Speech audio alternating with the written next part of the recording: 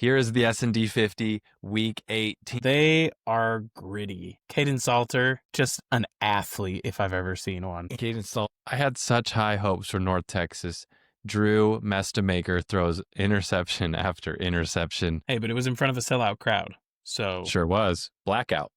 First ever sellout crowd in school history. They just have one more bully to face in the American, and that's Navy. I still think Florida's a good team, and the score does not reflect how closely they played Texas A&M. Man, I watched that game was full of bad breaks for the Gamecocks. Texas has its whole schedule in front of it, so they still have a lot to prove, and our model is not going to give them all of the credit that maybe the AP or voters at large are giving them just yet. They've still got something to prove before they really go higher in the model.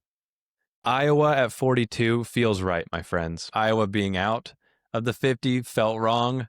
They blank Wisconsin, and here they are at 42, up 15 spots, jumping right back in. Iowa State at 45, ravaged by injury.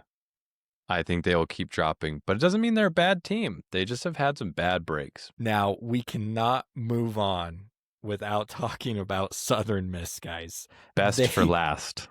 They were 1-11 last year, and their one win came against an FCS team. And you know what they do?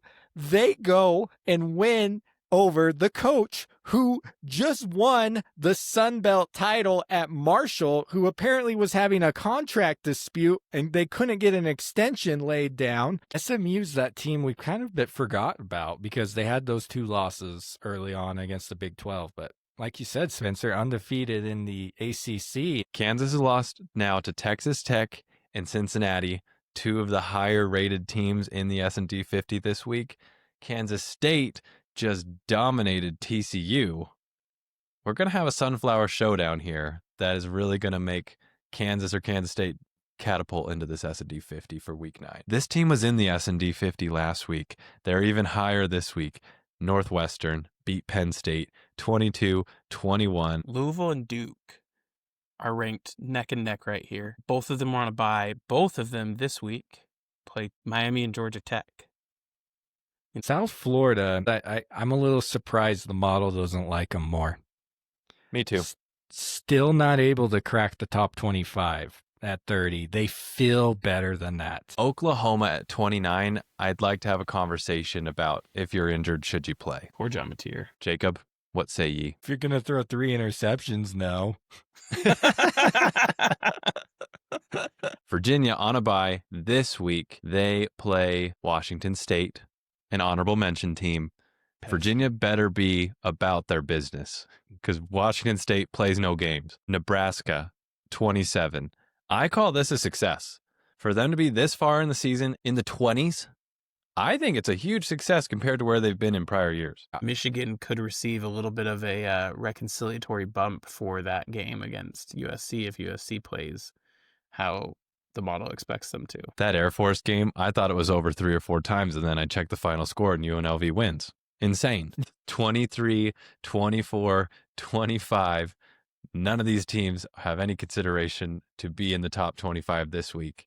We have them this high. Why, Spencer? Because of their performance on the field. Not because of the brands that they have, but because of the games they've strung together. Speaking of Washington, we cannot move on without giving a shout out to their quarterback. He set the school's all-time total offensive yards in one game with 538 yards, 400 plus passing, over 100 rushing, had 4 total TDs. Around a minute left. Navy's down to Temple, at Temple, to go down the field, score, go for 2, get it. The guts, the moxie of that team. I love the midshipmen this year. The guts to keep rushing the ball with under a minute left in the game from your own side of the field, and then to break a 50-yard touchdown run with 40 seconds left to help win the game and tie it or give you the chance to go for 2. How do we even stop talking about them? Missouri, by the way, has not one but 2 road games in a row coming up. 2 Saturdays in a row, no less. So, oh, wow. It'll be a novel experience for those Tigers. Oregon, 20. How do we feel? Great. That's exactly where they're supposed to be. Their best win is against Northwestern. Northwestern's a good team. That's a good win. But that's it. I still like the Illini. Obviously, they're not the Ohio States or the Indiana of the Big Ten, but they're still a formidable team having a good season. Georgia has a really good win against a good Tennessee team. They have a really good loss against an even better Alabama team. But you got to kind of consider these all on balance. A Tennessee team that barely beat Arkansas. Utah at 17. I told you Rice Eccles was better at night. Rice Eccles is better at night. Utah should only play at night. I don't know who needs to hear it. Utah should only play at night. Tulane, the most disrespected team currently there is. Let's give Tulane some credit right now. Tulane has beat Northwestern. Tulane has beat Duke. Tulane is humming. They just beat an East Carolina team that's just outside of the S&D top 50. Correct. Memphis at 15 not only feels right, but Memphis is going to get the chance to prove whether or not they deserve that spot and really whether or not they deserve a playoff spot because they play all three of the best teams in the American this year. Cincinnati fans, you better start believing. I was talking to one earlier this week. They still didn't believe even after that Iowa State win. They still didn't believe after this UCF win. Start believing. The model respects you. You guys are here to do damage in the Big 12. Tennessee, they play Alabama. Should be a good one. Road game for them. Alabama gets to play this game in Tuscaloosa. I think that if you're Tennessee, your big concern is how do you slow down Ty Simpson? This was one that USC, the model was on to early on.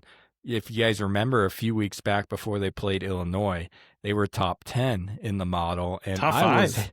top five. I was hating on it. I was questioning it. I was saying this model seems a little off to me on this one. Now they took that loss and they took a pretty big tumble, but with time, truth is revealed. Notre Dame at their low this year. Remember, they started this year number 5 in the S&D 50. The lowest they got to was number 55, and that was in week 3.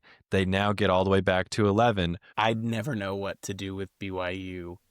They remind me of the G5 teams we've already talked about where they just inch up and inch up and inch up, and you're almost waiting for them to lose. LSU is another team like BYU where you see the offense play.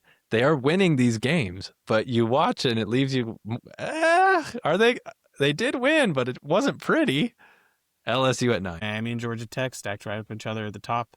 These two are apparently on a collision course for an ACC title game matchup. Alabama at 6. If they beat Georgia and they can beat Tennessee in the third Saturday in October and they're puffing those cigars at the end of the game, Alabama, they're back. Texas Tech at 5 feels right. The Big 12 is theirs to lose. Are we in agreement?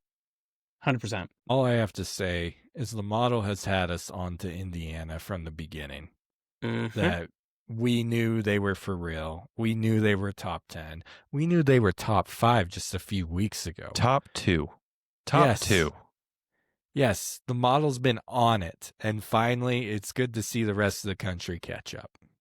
People are going to ask, why are they still at 3 when they had such a close win against Washington State? Guess how many Ole Miss got for beating lowly Washington State? 19.